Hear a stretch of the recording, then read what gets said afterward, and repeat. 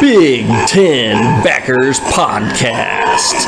This is your podcast for Big Ten football or anything college football related. From Jim Harbaugh's shirtless escapades to Brett Bielema's hog-sized waistline with Ryan Day's beard dye and anything else in between. Big Ten Backers has the headlines from around the college football landscape.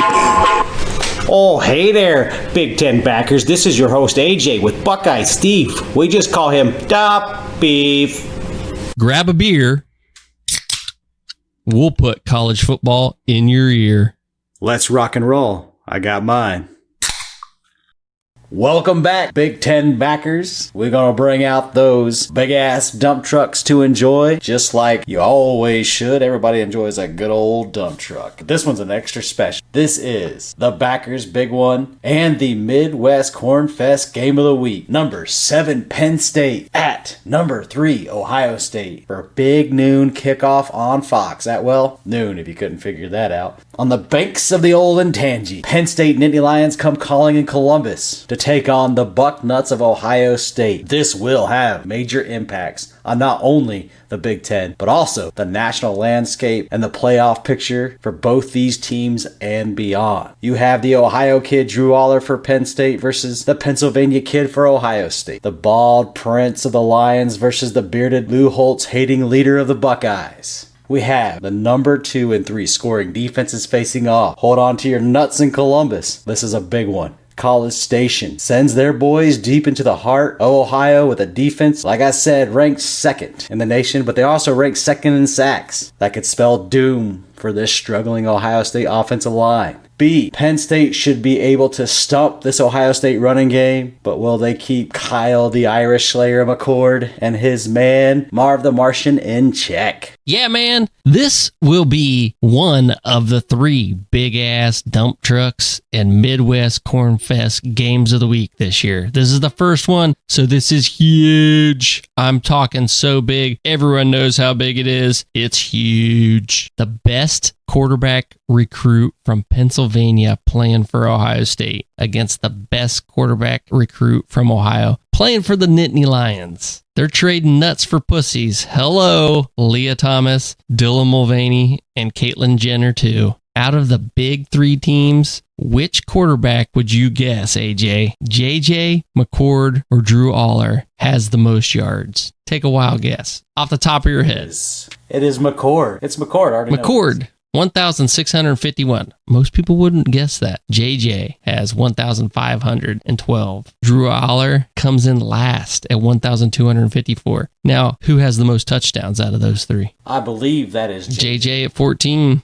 Aller at 12, and McCord at 11. So that tells you a little bit. I mean, McCord's getting the ball, getting the yards. He's just not able to punch it in, man. We've got to get those scores. He's got a lot of short balls that should have been touchdowns. Receivers coming back to catch the ball. What he hasn't been doing is going against an elite defense when he's doing that. Are those short balls going to be picks? Are those short balls even going to be caught? Because this defense is going to be in position, especially those DBs. They have some lengthy DBs for the Nittany Lions, man. And defensively, Penn State allows 8 points per game. 8 points per game. 2nd in the nation. And number 1 in yards given up per game. 193.7. OSU, they're 3rd. 3rd in points per game allowed. 9.7. And 7th in yards per game given up. 263.5. Just looking at that, it sounds like it's going to be a defensive struggle, right? Few points, defense, and the defensive stats on both teams. Then you go into points per game scored. So 44.3 is good for 5th in the nation for the Nittany Lions, and Ohio State's 36 points per game. That's 21st. So they're decent scorers too. So what are the key matchups? When you're looking at stats like that, what are the key matchups? Turnovers, of course, are number 1 in every game. You saw what happened with Caleb Williams and Notre Dame when we were there. The 3 interceptions, that can change a game real quick. You saw it with Hartman against Louisville. 3 interceptions. Turnovers are killer in big games, man. And Penn State is plus 10 in the turnover margin. Guess where Ohio State is? Plus 2. The second point for key plays in this game and in big games in general are producing enough big plays. I'm talking 30 and 40 plus yard plays. And neither Penn State nor Ohio State has produced many big plays this year. The third thing I want to point out, something to watch in the game, those overthrows that I talked about. Is McCord going to get it to his receivers in stride? Or are they going to be short balls coming back to him? Because those short balls coming back to him, I don't think they're going to complete those in this game. This isn't a game where you can do that. He can throw it up, lob it up to Marvin, and let him try to catch it over top. And then the fourth thing I want to talk about is Aller has not played in an environment like this. He has not been in an away game where that crowd's going to be rowdy, audacious, loud, raining probably. It's going to be a game where he's going to have to take over at some point. But we saw that McCord can do it. Like you said, he was the Irish Slayer, man. He did it. We're going to have to see something from Aller. Going to see the way he can take over a game, man. Any thoughts on any of those keys to the game? Nah, I think you dialed them in correct, man. Turnover battle is going to be huge. I think if Ohio State has one turnover, they can survive. If they have two, forget about it. I think ball protection is going to be key, as it always is. And then I think there's going to be an interesting battle between Penn State's defensive line and Ohio State's offensive line. And then red zone. Yeah. Red zone. And if this comes down to a running game in the rain, I don't think Ohio State has the horses to do it. I don't think they have the power to do it. What scares me for Ohio State is I think that they're about to peak, but they haven't quite got to that point where they're a team that's on their upper echelon yet. I think they're just about there, getting to that cusp. They could reach it this game, and then if they do, it's on. But I don't think that they're going to do it. I just got this one as a tough matchup, and if it's raining, I don't think that they have the horses up front to get it done in a running game.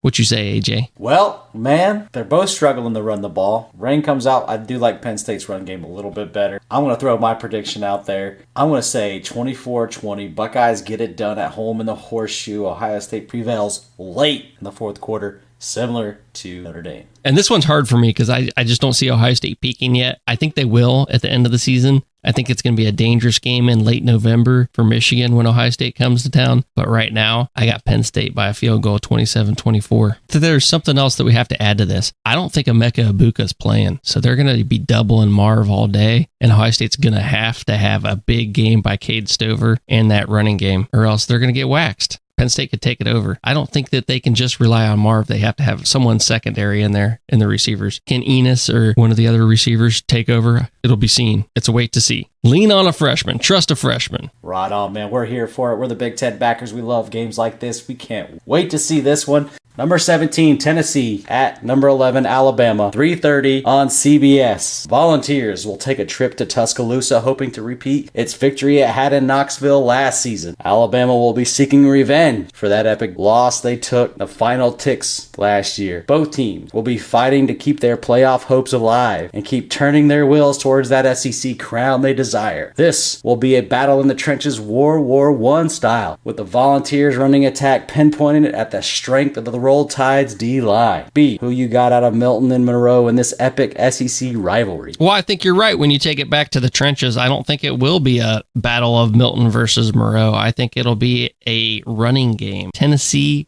rushes for 231.3 yards per game. That's good for 6th in the nation, and 71 for Bama at 148. That's a big outlier. The thing about Bama, though, is sometimes they win with rushing, sometimes they win with passing. They're different every week. And if this was an undefeated team, people would be singing their praises of glory for being able to win however they needed to. But now they're like, maybe they're a little bit skeptical because they don't have an identity. I think it's a good thing. You can rely on one person, you can rely on another. Whatever's working for the day, you take that. You capitalize on what the defense gives you. Their passing yardage, Bama has slightly more at 219 versus 212 for Tennessee. Tennessee's getting 33.5 points per game, good for 37th in the nation, but they allow 17 points per game. That's 18th in the nation. Bama is getting 30.3 points per game, 60th in the nation, but only allows 16 points per game. That's 13th in the nation. So they're pretty close in those points for, points against. Tennessee's turnover margin is +1. Bama's is +3. What kind of prediction you got for this game? What do you got? Hit me with it, AJ. Beeve, I'll hit you with it. I'll hit you with it any day. Just let me know when. I'm asking. 28, Bama rolls late and repays the favor of the heartbreaking loss. With just a few ticks left, repeats itself. But Bama comes out on top. I agree with you. I believe Bama gets this one back again, smoking those cigars at the end of the game, 31-28. We got number 16 Duke at number 4 Florida State, 7:30 p.m. game on ABC. Mike Elko will have his work cut out for him taking the Blue Devils to the land of the Seminoles. This will be a fun one, B. Florida State offense versus that Duke D. Who knew these two would be battling it out for the rights of the ACC championship game? No one saw this coming. The Devils do their dirty dirty work, Van Halen style, running with the Devils, while Florida State has a balanced attack led by Jordan Travis. B, what's your thoughts on this unpredicted battle for ACC supremacy in Tallahassee? Let's jump into the stats. Duke is 53rd in points per game at 31.2 and 4th, allowing 9.8 points per game. But quarterback Riley Leonard will still suck like his mommy always tells him he does because he's not going to play. He's not going to be back. And that's a shame. It's a damn shame. I'd love to see him there because I think he would make it a game. But without him, Florida State Seminoles roll, baby. I don't think this one's close. What do you got?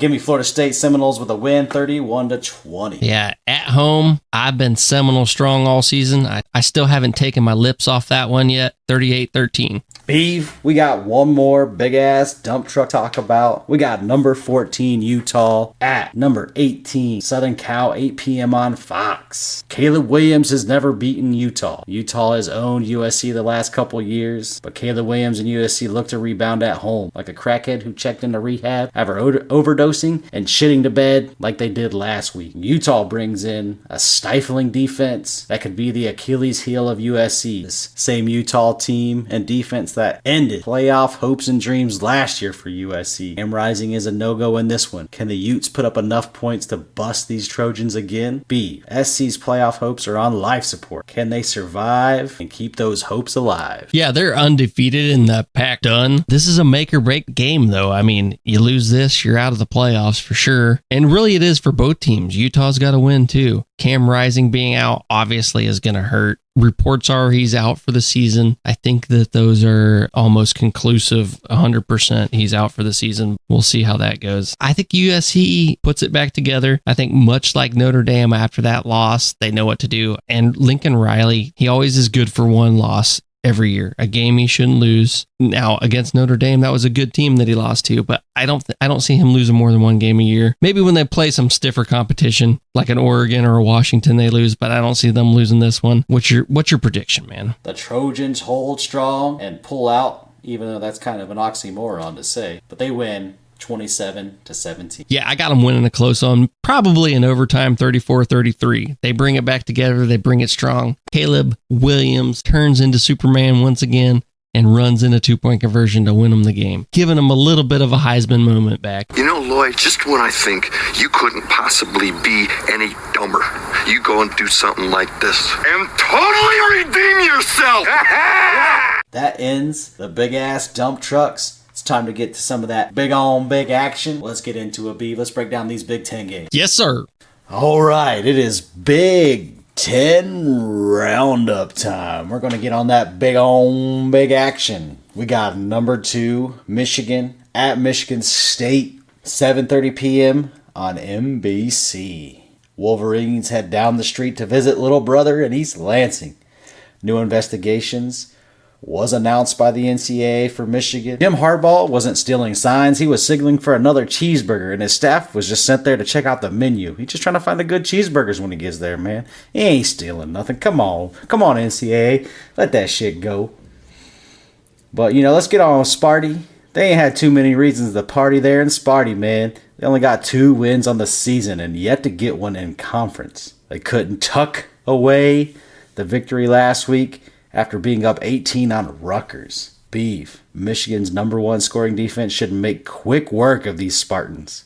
It's going to get ugly, and ugly quickly. Of course they're the number 1 scoring defense. They know where the play is going every time. Aren't all these teams, though, trying to steal signs from their opponents? Stealing the signals? What the hell does it matter if they're at the game or not? I don't get it. Every team's trying to steal signs. It's up to you to change things up and keep teams from stealing it. Good offenses know what to do. You know what I mean? Let's get into the game, though. Enough of this stealing signs bullshit. As the interview with some of those bananas in the big house in the student section said, Michigan State, their little brother, and mom says, we need to be nice to the little brother. Check out that video. It's actually really funny. On NIL Fan Vote and on Big Ten Backers on Facebook and on Instagram. The old Tucker himself is even trying to make a comeback, fighting for wrongful termination. Does mom make them take it easy on little brother AJ? What's your prediction? Not a chance.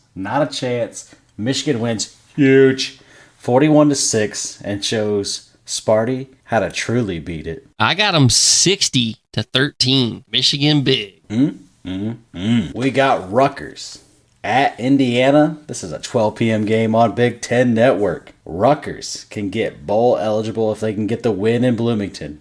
Can that 4.5 yards per rush attempt get it done on the road? Greg Schiano is rumored to be the leak to the NCAA for those Michigan sign-stealing violations that were announced today. This Hoosiers offense is weak, son. Ain't no blue chew pill gonna save this 3.1 yards per rush team and an abysmal 6.7 per pass. They could not do shit right. Tom Allen is washed up with his hey you guys sloth looking ass. He's done. He coaches like he's looking at himself in the mirror. Makes me want to puke just looking at him. Hey, after that strong performance for Rutgers against Michigan State, I'm taking the Jersey boy Schiano all day. He's going to get his team to the Pinstripe Bowl, baby. Their 6th win of the season comes on Saturday, and after that, they lose the rest of their games probably. What's your prediction? I'm right there with you, B. They got to get this win if they want to get bowl eligible. Give me Rutgers 24-13. Scarlet Knights. Damn, you had the same score as me, 24-13. That's twice today. That's craziness. All right, Beef. We're gonna start talking about these big. Let me give you a little spotlight into what we got going on in the Big West. I like to look at points per game, like to know how strong a team is offensively, and then how much they give up defensively for points per game. We got Iowa sitting at 113th with 20.9 points per game, and they're playing Minnesota 109th with 21.7 points per game. This is Big Ten West, just Big Ten West now. Nebraska 120th at 19 points per game versus the Wildcats of Northwestern 107th at 22 points per game. Illinois 117th in the nation with 20.3 points per game versus the best in the Big Ten West, Wisconsin. The best in the Big Ten West, 78th in the nation at 27.2. And they're going to plummet after losing their starting quarterback. I mean, they're going to be down in the hundreds by the end of the season. And then second best in the Big Ten West, Purdue is 99th in the nation with 23 points per game. I mean, this is some granny tranny bullshit. It's so gross you just have to watch. That's how bad it is. The entire division, 78th in the nation, is the best. And worse than that, 5 of 7 are worse than 100th in the nation in points per game. And let's just make matters worse. To make matters worse, there's a couple in the East that are pretty damn bad too. Indiana, 123rd. Michigan State, 106th. So 8 of 14 in the Big Ten are 99th in the nation or worse in points per game. Man, that makes the conference look bad. No wonder some of these games are so fucking boring. Can't wait to get some of those schools on the West Coast to score some damn points. Yeah, it's bad, Beef. It's really bad. I mean, God, is everyone trying to be Iowa in the West? Like, let's just have a defense and do nothing on offense. Apparently, but you're right, man. The Big Ten is top heavy. It's really only about the big three. The rest of them, wow. Outside of Maryland can score some points, but they also can shit the bed like they did last week. But let's get into these games. We got Minnesota at number 24, Iowa. This is a 3:30 p.m. game on NBC.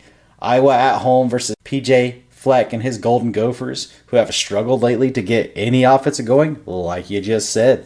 Hawkeyes have bounced back since their embarrassing loss at the hands of Penn State. They took hold of the Big Ten West, watering down whiskey on the road last week. Minnesota can't run, can't throw, can't score, and are going to try to get it going against this Iowa defense. That ain't a good pull, man. That ain't a good pull. Get the fuck out of here.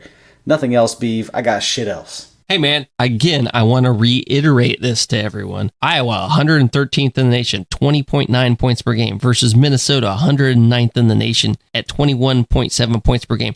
This is going to be an awesome game for no points scored. I mean, terrible. No one wants to watch this. Callie Lickamayanus scores for the Hawkeyes with a pick six. And that's the Hawkeyes' only touchdown of the game. The one thing about Iowa is their turnover margin of +1. They turn over the ball, but their defense gets the ball. The good thing they have a defense to stop opponents, and good thing they're playing against opponents who can't score. Minnesota's awful. PJ Fleck is too busy jerking off to Michigan that he doesn't even have a game plan to go against the Hawkeyes. What's your prediction? Get a little side note here. The two Michigan players that transferred to Iowa are out for the season. And I still think Iowa gets it done. That's how crazy it is. They win 24-6, and they flex on PJ and these Aldi's brand Gophers. I got Iowa's defense scoring that touchdown, like I said, and they win 13-6. Big Ten West style, baby. We got Wisconsin at Illinois. This is a Fox Sports 1 game. Whiskey is on the road against their former coach, Burt Bama, and his Fighting Illini. How much weight do you think he's gained since leaving Madison? Whiskey will trot out their backup QB, Braden Lockey, after losing quarterback Tanner Mordecai with a broken hand. Rumor is he reached for Burt's plate. You know, that'll get your hand broke every time. Illinois comes back home after their shocking win on the road at Maryland.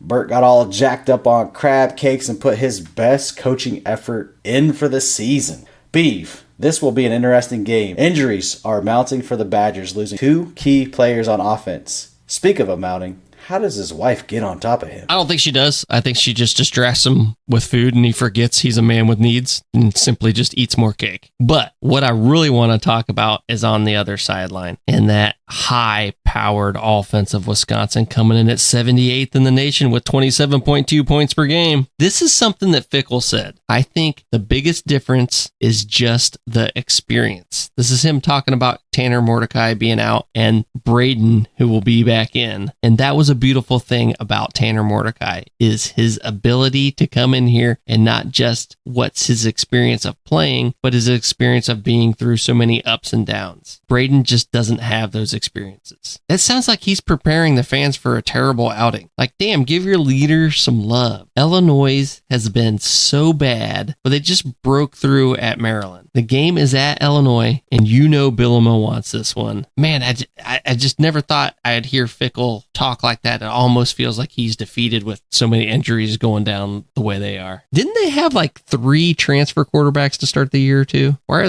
they starting this freshman? He's the coach, man. He knows what's going on. We'll see what they put on the field. What's your prediction? I'm going to take Illinois 21 Shut to 17. the fuck up. That's exactly what I got. I got Burt and Illinois in this one. The Illini 21 to 17. That's 3, buddy. Oh, man, we are on the same damn page today.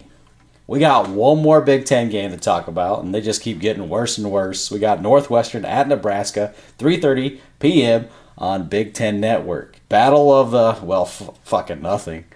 Nebraska looks to drown the Wildcats at home and get to a winning record on the season. Northwestern did pull a bit of a shocker coming back and beating the Golden Gophers. Can they do it again? Matt Rule has fared much better with his new QB, Hartberg, and is looking to get the Huskers bowl eligible. This is a must win. We got 3 games that are going to be really tough for Nebraska at the end of the season. Beeve, is Northwestern ready to get out of this season so they can go ahead and clean those showers for next year? Hey, man, I think Nebraska is finding themselves. They have their quarterback, and Harburg. He leads the team in both passing and rushing. Get ready for this show, though, baby. This is the granny tranny of them all. It's the granny tranny game of the week. So gross, you just have to fucking watch this shit. The Huskers, 120th in the nation. There is not very many teams worse at scoring points than them. 19 points per game. And the Wildcats, 107th with 22 points per game. Don't tell me you have the same prediction as me this time, man. I'm going to tell you mine first, just in case. I have the Huskers at home, 24-20. I have this 24-13 for the Huskers. All right, still close. I'm with you. We got half the scores right. But you know, Beeve, I gotta find something. I think I got some Big Ten West on my shirt. I'm not sure if I can get this stain out. I gotta hurry up and get this cleaned up because it's fucking atrocious looking on my shirt, man. It's dirty. But you know what time it is? We had a little yawn fest talking about the Big Ten West. Let's break out that trimmer because I have more fun trimming my ball hairs than I had talking about these games. So let's go ahead and get that trimmer out. Let's get it on. And let's talk about the landscape games of college football. We have Washington State at number 14, Oregon. 3:30 p.m. game on ABC. Can they bounce back on the road against one of the nation's best, Oregon, who is also looking forward to bouncing back at home? Cam Ward and Bo Nix should make for an entertaining game. This game was almost a dump truck, but Cougars got dumped and ruined it. Beef, Oregon is one of the top offenses in the nation, averaging 550 yards per game. This team will score and score often on these Beavers. Yeah, let's take a look at Bo Nix, man. I believe he's underrated just because he's not getting the attention that the Penix does. But now he leads the nation in completion percentage at 79.2% and has 17 touchdowns to 1 interception. But not just that. This is a balanced attack, man. This defense is great. I mean, it's a complimentary football. They're 11th in the nation, allowing 15.8 points per game. This is a bounce back game for Oregon, and they need it. They got to go for it on every 4th down just to prove a point. On 4th and 6 from their own 2-yard line, go for it. 4th and 5 from midfield, go for it. 4th and 3 from the 3 just before half, go for it. I don't care if you're 0-16 on 4th down. Just stay consistent, Dan Lanning. Go for it, man. What do you got in this game? Oregon beat up them Beavers 41-28. What you got, B? Oregon gets a few 4th down conversions this time and wins 45-20. We got Auburn at number 13, Ole Miss. It's a 7 o'clock game on ESPN. Ole Miss is still running for the SEC West, but will need some help getting ahead of Bama. Auburn pushed Georgia to the brink. Can they get it done this time on the road against a top 15 team? War Eagle, go Tigers, is something I could never get used to, Beef. So I'm going to change their name. I'm going to start calling them the Griffins, for God's sake. Beef, this could be a fight for Jackson Dart and Lane Kiffin against this newly built Freeze defense. Yeah, man, Hugh Freeze is back in his old stomping grounds. He's going to call up former escort services, which he did back when he was at Ole Miss, on his work phone 33 times prior to resigning back in 2017. Maybe one of those escort services gave him that staph infection that caused him to coach from the hospital bed at Liberty. Let's get into some stats on this. Auburn gives up 23.2 points per game, ranking in at 54th in the nation, but they're scoring 27.7 points per game. Not so hot. Ole Miss, their defense gives up 23.8 points per game, which is 60th in the nation, but they're 8th in scoring at 41.6 points per game. You got a prediction on this bad boy? Sure do, Beef. I'll take Ole Miss wrecking the Griffins 28-24. Got to give it up to the Lane Train. They're going to get theirs 38-24. We got Clemson at Miami. It's an 8 p.m. game on the ACC network. Dabo is back in action. His Tigers are going to Miami, who have shit the bed the last 2 games they have played. Don't look for the Canes to kneel to these Tigers of Clemson as they look to rebound at home. Miami brings in their well-balanced offense attack, averaging 502 yards per game. Can they get it done? Beef, can Clemson get right on the road against this struggling but talented Miami team, or does Cristobal ruin another win at home? I think, Dabo being the person he is, I think about middle of the second quarter, just to show Cristobal it can be done, he takes a knee. Miami in this game, getting into the stats, they're -3 in the turnover margin. Clemson is a +1, and I think that's the difference in the game. This is not a home field advantage for Miami. With 2 losses already, the fans aren't going to be in the stands. Hell, they wouldn't be in the stands if there was 1 loss, maybe even 0. Miami is 8th in offensive points per game at 37 points per game, while Clemson scores 32.2 points per game. So that keeps them pretty close. What do you got for a prediction, AJ? Miami dunks on Dabo and his Tigers, pulling out a close win, 31-27. I got a similar score, 31-21, but I got Clemson. Guess we'll find out this weekend, Beef. Let's get into those AJ and Beef best wikis. Service Academy action, number 22 Air Force at Navy. Yeah, I'll take Air Force in that one. Army at number 19 LSU. Gotta go with LSU big in that, scoring tons of points. We got South Carolina at number 20 Missouri, 3:30 on the SEC network. Give me them Tigers. Missouri rolls. Arizona State at number 5 Washington. Big win for the Penix. They're not holding anything back. They won big last week. They're going to win big again. They won a little last week, I guess, in a big game. We got another pack after dark game. Number 25, UCLA at Stanford. Stanford made a hell of a comeback against Colorado, but not this time. Give me a UCLA. Yeah, UCLA is not going to let up. They're not going to take that foot off the gas and let them back in it. Next game, number 8, Texas at Houston. 4 p.m. on Fox, baby. Texas big. Yeah, Texas big. Everything's bigger Texas. You got Oklahoma State at West Virginia. 3:30 p.m. game on ESPN. Both teams struggled out the gate, but found themselves now with only 2 losses. I'm going to take the Mountaineers. Man, I don't know who to take in that game. That's a sneaky good game. That'd be a fun football game to watch. But home team, oh man, I don't know. West Virginia, yeah, I'll take the home team. Next game, UCF at number 6, Oklahoma, 12 p.m. on your ABC network. Got to go with Oklahoma big in that. We got Virginia at number 10, North Carolina. Not even close. Tar Heels huge. May Day all day. Give it to him, Mac. Choke another coach out. Ain't no doubt about it. Hey, man, you know what time it is? It's time to get mad up on here. I think Vegas did us all. We all got done by Vegas. But Matt's going to get us set up for next week, baby. Big Ten backers, we got Matt. Matt's going to do Vegas. But before we get started on these games, break down the standings for us. Matt, how we doing? Yes, sir, and thank you all for having me back. I got to say it was a mildly rough week for all three of us. I went 8-9-1 last week.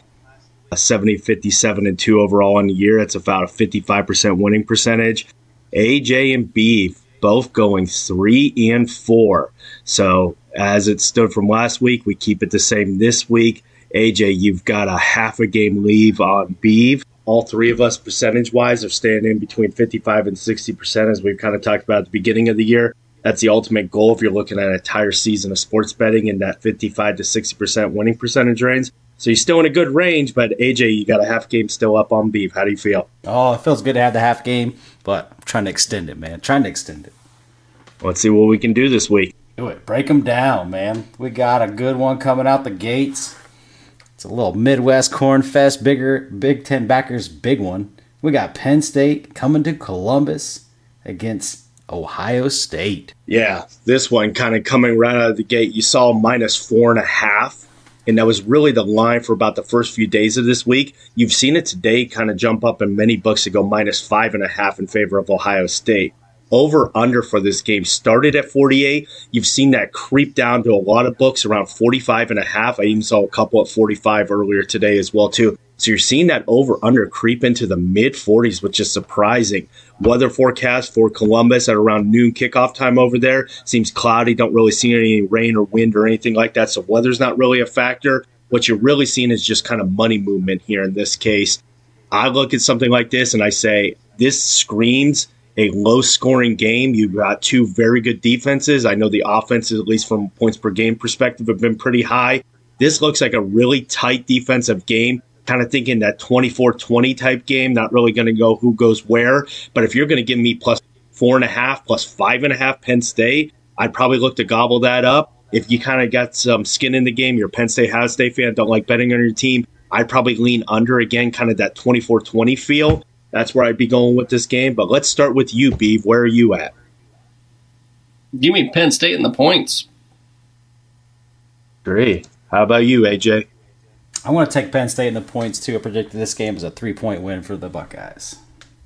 Fair enough. We got the second game. Battle for ACC supremacy. Duke goes to the land of the Seminole to take on Florida State. Yeah, this one to start with. You saw the spread -13.5 for Florida State. That has jumped up to -14.5. Not a big jump, but a sizable one, especially when you're dealing with that 14-point number. Over-under has stayed pretty consistent throughout the week. It started at 49, now up to 49.5, so you're kind of seeing money going both ways on that over-under. You look at something like this, you got to question Riley Leonard. How good is he going to be if he's playing? That's obviously a big factor here. Personally, I would be leaning with that over. I think Florida State can score quite a bit, even though I know Duke statistically has a pretty good defense. Florida State's offense is really good. I also think that if you're able to get back down to that -13.5, you're not hearing a lot of news, I would jump all over to Seminoles, but right now it's sitting at 14.5. So I'm going to start with you, AJ. Where are you going? Ooh, give me Florida State coverage. They win by 15 or more. All right, let's get I'm into all the next business. No talk today. I'm getting this half game back. one. Fat chance, Big Daddy. We got a nice SEC rivalry. Tennessee at Alabama. Cigars are going to get lit in this one. Yeah, what you're seeing here, not a lot of movement on any side here. You had Alabama starting out at -9. That has only dropped to -8.5, and it's kind of really stayed in that 8.5 to 9 range all week. Over under started at 48, has kind of crept up to 48.5. So you're really not seeing a lot of movement, at least where money's concerned on this. You were seeing a lot of early tickets go Tennessee. I think that's why you saw that drop down a little bit, but you've kind of seen it creep back up in some of the books. So it seems like the betting public, the sharps, everybody's kind of feeling like they don't really know what kind of Alabama team we're going to see. I don't really either. I haven't been sold on Tennessee this whole year. I think everyone's kind of remembering the offense they had last year. It's not translated this year as much. Be that as it may, I don't think Alabama has the defense they usually have. I'd probably lean over here. But let's start with you, Beeve. Where are you going? They're giving me 8.5 points for Bama. I'll take that. I think they'll be within that 8.5 range. So you want Tennessee? Yeah, give me Tennessee. All right. How about you, AJ? We're all going to have a different one here. I'm going to take the under. All right. Utah, who has owned the Trojans of late. They've busted a few Trojans in their day, but they travel out to LA to play SC. Yeah, this is a great reminder, and I think in the betting world, we always have to remind ourselves that you are looking at what team you're seeing this year. You can't remember the past. The past does not translate year over year, especially in college football with so much turnover. Yeah, you're right. Utah went 2-0 against USC last year. One game is at home, one game in neutral site. Yeah, so like Cam Rising. That's not the case this year. Cam Rising done for the year. Their offense is one of the worst in the country. Yes, I know they have a very good defense. Also, Utah is an entirely different team when they play outside of Salt Lake City. So they are traveling to the Coliseum. Obviously, USC got beat down last week. This spread started at -5.5. It has jumped up to 7. You've seen the over-under shift downward quite a bit. It started at 56. It's going to drop down to 53.5. This is one of those games where I say I think USC comes out. They lay the wood. They know the Pac-12 championship is still clearly in front of them. I lay USC with the points. I'd even lay them up to -8, to be honest with you. I think this is a convincing win for USC because they are at home. I also would lean over here simply just because USC has a terrible defense. I think they could give up some 14 points late in the game, kind of cover that over. But let's start with you, AJ. Where are you going? I'm with you, Matt. Give me those points in USC. Excellent. How about you, Beef? I'm going the under. All right. At 53.5. Yes, sir. You trust in that Alex Grinch defense, I see. I'm trusting that Utah defense to hold USC. All right. So we got the Beavers, who took a beat down last week. And they're traveling out to Oregon, one of the best teams in college football, even though they're trying to bounce back too. What you got on this one? Yeah, it's been a tough stretch here for the Cougars in Oregon, and we all know what happened last week in Seattle. That is a really darn good football team, and the spread showing you. It started at -20. It's only squeaked down a little bit to -19.5. We see the over-under. It started at 60. It's crept up a little to 61.5. This is one of those games that just kind of screams over to me. Again, I just told you to not think about the past and bringing it into the present. Washington State's been scoring pretty good. They've had a couple shaky games. Oregon's 5th in the nation in points per game. This team can score quite a bit of points as well. This one kind of looks like an over. I would stay away a little bit from that spread. I think Washington State could keep it close early on, but this kind of looks like a backdoor cover to me, that -21-point win. But with that being said, let's start with you, Beeve. Where are you going? I'm going to take Washington State. Taking the Cougs. All right. How about you, AJ? I think I take the over. Give me those over points. All right. We got a little special one here, a little service academy action. We got Air Force playing at Navy. Yes, sir. And as we said last week, we love and support our service academies for sure. So we had to put this one on here, especially because Air Force is number 22nd ranked in the country. Spread here, you had Air Force -10. That has creeped up to -10.5. Over under, very surprising. It started at 37.5. That has dropped all the way down to 34.5. You've seen a 3-point difference there. That's quite a bit as you start getting into some of these games, in October, November. Air Force has played pretty good this year. I think they demonstrated that last week as well. Navy has just looked very sluggish as a football team this year. I'd probably lay the points, go with Air Force, but let's start with you, AJ. Man, this is a tough one. You already know this is only going to make a 60-minute game, and that's television time, because they're both going to run that clock down. I'm going to take the over. Not overly confident about it, but give me the over. All right, how about you, Beef? Well, the reason that spread's dropping is because Air Force's starting quarterback is out, and he's all world. So I am going to go with I'm going to lay the points and still think Air Force wins this one and wins it big. Yeah, I think Despite their starting quarterback, their all world quarterback, he is a track star, man. Their defense has held up tough, though. They're 12th in FBS and points per game allowed. So their defense can play just as well as their offense right now. All I got to say is, go Falcons, seek midmanship. Let's go, baby. We got North Texas traveling to number 23 Tulane. Yeah, again, we're going to keep throwing these group of 5 teams at you. You got the Air Force, you got your Tulanes, your Wyomings, all these teams. You got to start watching these games. These are really good games to keep an eye on. You had Tulane at minus 20. That has crept up to minus 20.5. That's starting over under 61.5. That has crept up to 63.5. Again, as we start exploring these group of 5 games, North Texas has a terrible defense. You're seeing a lot of the games they're playing in, high-scoring affairs. They can score pretty well. They're actually 25th in the nation points per game scoring, but their defense is atrocious. Tulane has kind of been solid this year. Not the same Tulane as you saw last year. Consistent on offense, pretty decent on defense. All of this screams to me a high-scoring game. I don't really know if they're going to cover 21 points. That's quite a bit with a high-scoring game. So I'd lean pretty heavy with the over here. But let's start with you, Beef. Yeah, I'm going over. And I'm you, with AJ. You guys. It's over. All right. Trying to pick up a half a game. You guys have a nice blend here. I don't know if you're going to be able to do that, but we will see how it goes.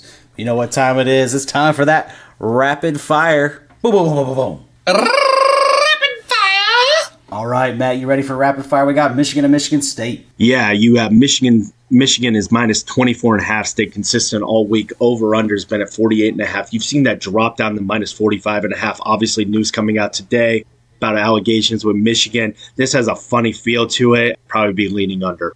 All right, we got Rutgers versus Indiana. Rutgers could go bowling with this. Yeah, you got Rutgers That's right. You got Rutgers minus 5.5, over under at 40. I mean, Indiana statistically is one of the worst teams in college football. Rutgers, after this week, their final 4 games are brutal. So this is their bowl eligible game. They see it in hand. I think Rutgers wins convincingly. Lay the points. We got Minnesota Golden Gophers traveling to Iowa City to play Iowa. Yeah, these spreads and over-unders are ugly for any football game, let alone college football. Iowa started minus 5.5. That has dropped to minus 3.5. Over-under started at 32.5. It has dropped to 30.5. That I don't know if I've ever seen an under that low in college football. I keep knocking Iowa. I keep knocking their offense. You know what? Every week, they find a way to win. They're 4-2-1 against the spread. So not only are they winning, they're covering the spread as well. So you know what? I'm going to lay the points with Iowa for a week. I'm going to start riding the Hawkeye bandwagon. They might not even get the spread points. They might not even score 3 points. I'm going to go 5-0. I think they get that early field goal. They get the backdoor cover with the safety at the end. 5-0. I think we can cover this week. Lay the points. There you go. How about Wisconsin, Illinois? Obviously, a Wisconsin factor here. Tanner Mordecai being out. That's a shame. I thought he was playing pretty well this year. You see Wisconsin minus 2.5, over under 41. I don't have no idea what to make of Illinois. They've laid a bunch of eggs this year, and then they turn around and beat, in my opinion, a pretty decent Maryland team last week. This is one of those games I'd probably go under with it, but under 3, I don't mind Wisconsin because I think overall they're a better team, so I'd probably lay the points and lean under. We got the Shower Boys themselves, Northwestern, traveling out to Lincoln to play Nebraska. I mean, I'll tell you, my guideline this year, don't bet Northwestern. Just don't bet their games. I have no idea what this team is going to do. Same with Nebraska, all over the map. They beat Illinois. I have no idea what these teams are going to do. You got a minus 11.5 Nebraska. You got it over under at 41. Ugly, ugly numbers.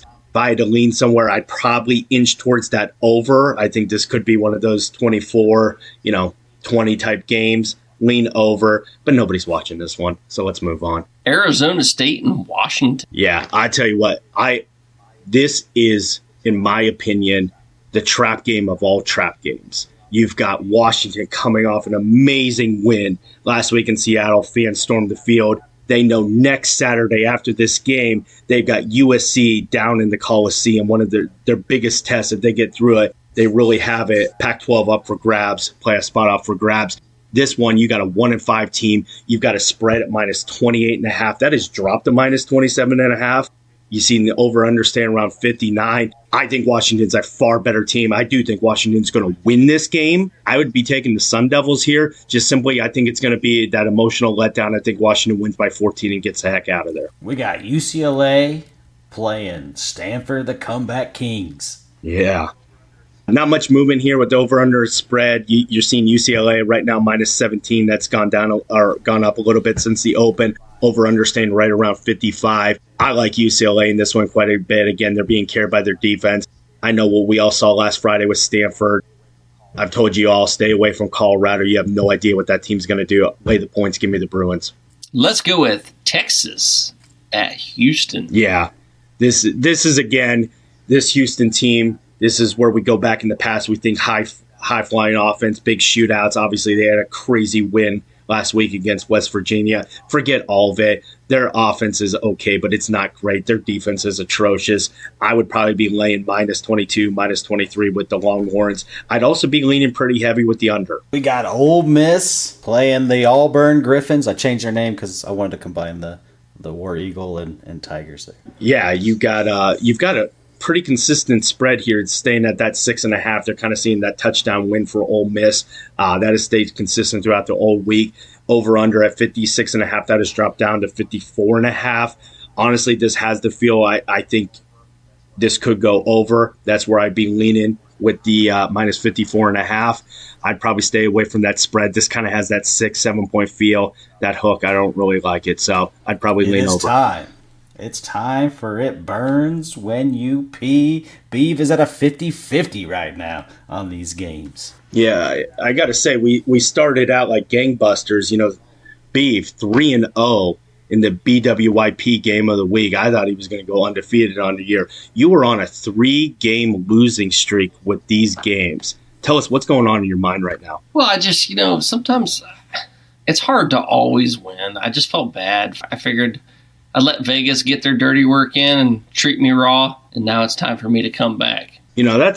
That's a great segue to these teams we're talking about because they have that same mindset. They're making sure everybody else gets their wins instead of them. So we've got the Charlotte 49ers at 1-5 traveling to East Carolina to take on the Pirates, who are also 1-5. Now, that one win for each of these teams, I want to break this down. Charlotte's lone win this year is against South Carolina State. Not the Gamecocks, the Bulldogs of South Carolina State.